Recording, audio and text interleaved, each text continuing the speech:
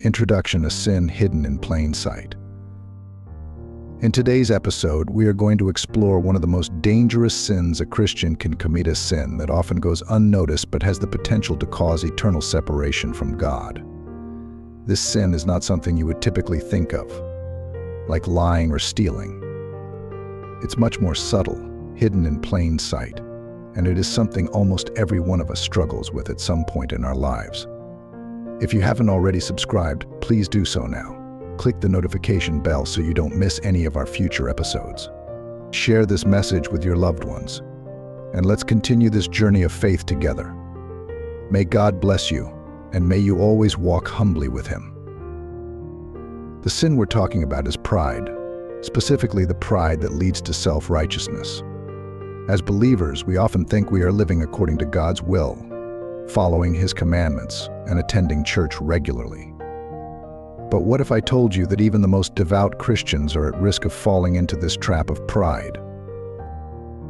In this episode, we'll delve into the story of a man named John, who had a life-altering experience where he was shown a vision of hell and received a personal message from Jesus. What he saw and learned changed his life forever. This story is more than just a cautionary tale. It's a powerful reminder of the importance of humility, true repentance, and the danger of assuming our faith alone is enough to save us. The illusion of righteousness. John's story begins like many of ours. He grew up in a Christian home where faith was a central part of daily life. From a young age, John was taught the importance of prayer, attending church, and living according to God's commandments. His mother instilled in him the habit of praying every morning and night, and as he grew older, John maintained these practices. To him, they were signs of his faith and commitment to God. By the time John reached his 50s, he was what most people would call a devout Christian. He went to church every Sunday, read his Bible regularly, and avoided what he saw as the major sins of life. He didn't lie, cheat, or steal. He gave to charity and helped those in need. From the outside, John's life looked like the perfect example of Christian living. But inside, something was missing.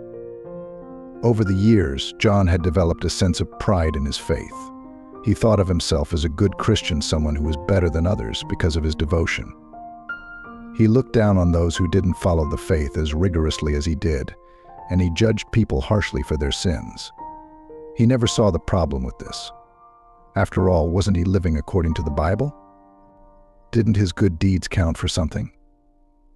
John never questioned his salvation because he believed that as long as he continued to do what he was doing, he was guaranteed a place in heaven.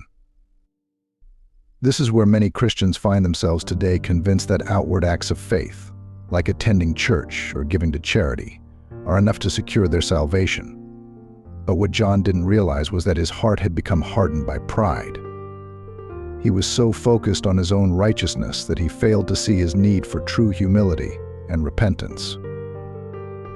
A beautiful day turns dark. It was a bright spring afternoon, and John was attending the wedding of his childhood friend, David. The day was perfect in every way. The sun was shining, the weather was pleasant, and the ceremony was beautiful. John felt happy and content, surrounded by friends and loved ones. The wedding reception took place in a stunning garden, with white tents and tables decorated with flowers. Laughter and music filled the air as guests enjoyed their meals. As John sat at one of the tables, enjoying the celebration, he felt a deep sense of peace. Everything seemed right in the world. He thanked God for the blessings in his life and felt secure in his faith. But then everything changed. During the reception, John took a slice of wedding cake. It was a beautifully decorated cake, layered with frosting and delicate details. Without thinking, John took a bite, completely forgetting about his severe peanut allergy. Within minutes, he began to feel a strange sensation in his throat. At first, it was just a mild itch, but it quickly escalated into something far worse. His throat started to tighten, his breathing became labored, and his heart began to race.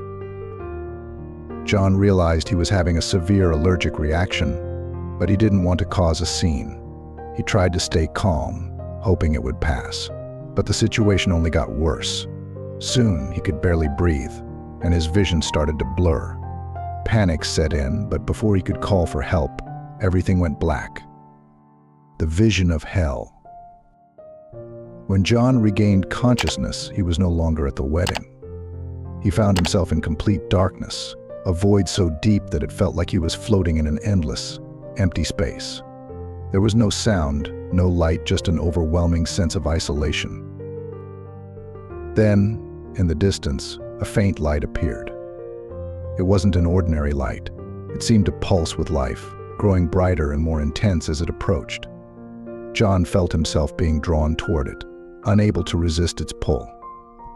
As he got closer, the light took shape, and within it he saw a figure that was both awe-inspiring and terrifying at the same time. It was Jesus, John. Jesus said in a voice that resonated deep within John's soul, "You have lived a life of pride, thinking that your faith alone would save you. But now, I will show you what you have denied." Suddenly, the darkness around John lifted, and he found himself standing at the edge of a vast, fiery abyss. The ground beneath him was cracked and burning, with flames rising high into the air. The heat was unbearable, and the sky above was dark, filled with ominous clouds and flashes of red lightning. But what terrified John the most were the people he saw in the flames. Men and women, their faces twisted in agony, were trapped in the fire. Their screams echoed through the air, filled with unbearable pain and suffering. Some reached out as if trying to escape, but there was no way out. Others were huddled together, consumed by the torment of the flames. As John watched in horror, he recognized some of the faces. They were Christians, people he had known, people who had attended church with him, prayed with him, and lived what seemed to be devout lives. But here they were, suffering in hell. The root of their condemnation, "Why are they here?" John asked, his voice trembling with fear and confusion. These were good people. They believed in you. They prayed and went to church. Why are they in hell? Jesus looked at John with deep sorrow in his eyes. They are here because they never truly repented. They lived in pride, thinking that their outward acts of faith were enough to save them. But their hearts were far from me. John was stunned. How could this be? These people had lived righteous lives just like him. They had followed the rules, prayed, and attended church faithfully. Why would they be condemned to such a fate? Jesus continued, "Faith without humility is dead." Many Christians believe that simply performing acts of faith is enough to guarantee them salvation. But they ignore the pride that festers in their hearts. They judge others thinking they are superior, while failing to see their own need for repentance. They are more concerned with appearing righteous than with truly living in my love. The weight of Jesus' words hit John like a tidal wave.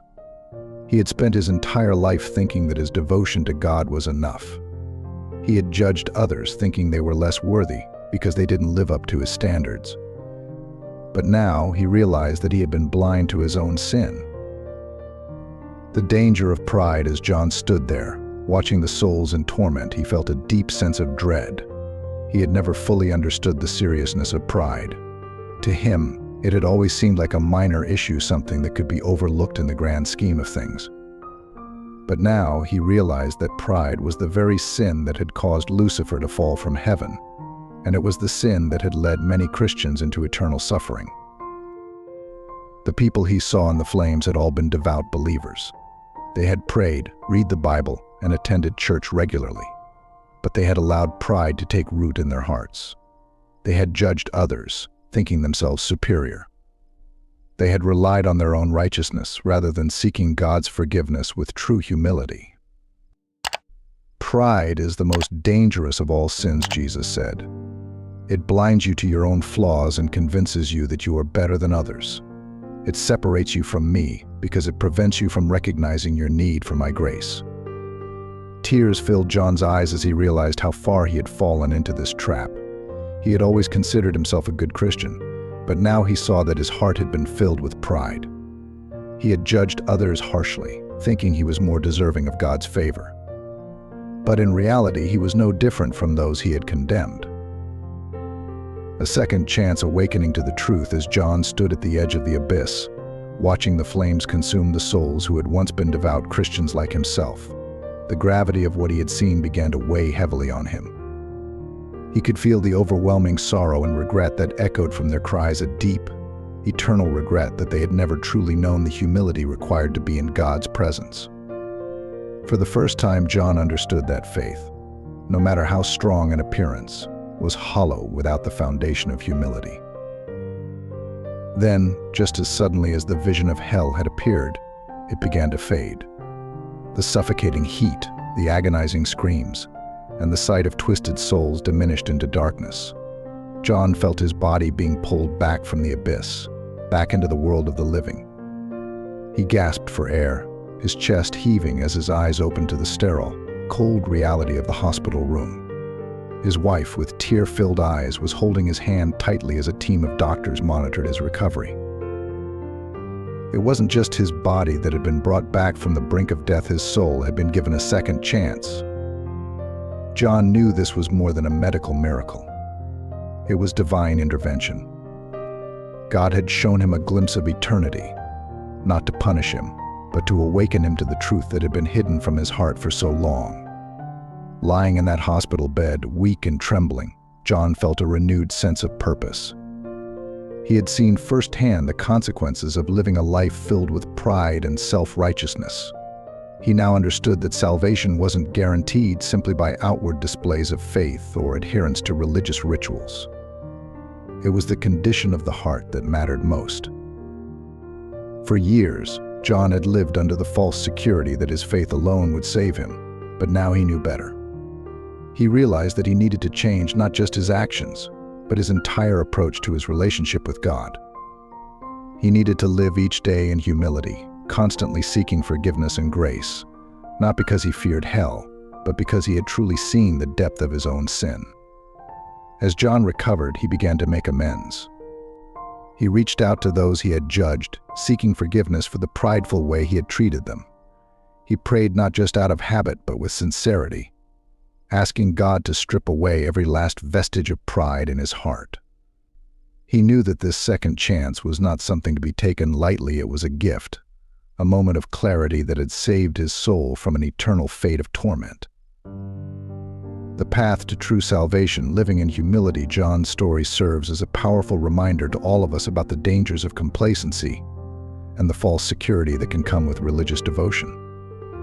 It's easy to fall into the trap of thinking that attending church, praying regularly, and living a morally upright life is enough to guarantee salvation. But as John learned, faith without humility is hollow. Without true repentance, without the daily act of submitting ourselves to God's will, even the most devout can lose their way.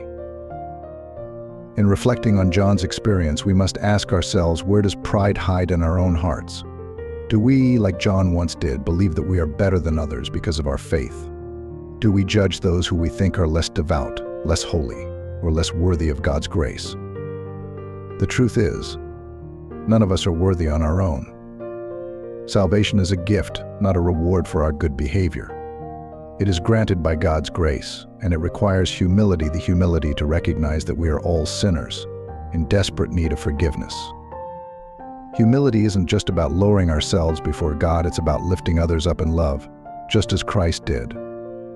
It's about seeing the humanity in every person, regardless of their flaws, and recognizing that we are no better or worse than anyone else in the eyes of God. So what does it mean to live in true humility?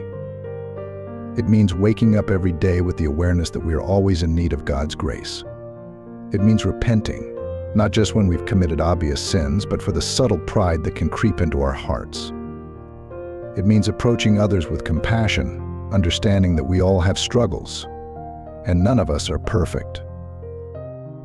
John's second chance is a call to each of us to examine our lives and ask ourselves the hard questions. Are we living with humility? Are we judging others while ignoring the pride in our own hearts? Are we seeking God's forgiveness, not just for the sins we commit, but for the sinful attitudes that often go unnoticed? This journey isn't easy. It requires daily introspection, constant prayer, and the willingness to let go of our pride. But it is a journey that leads to true salvation, to the kind of faith that isn't just about outward acts, but about the transformation of the heart.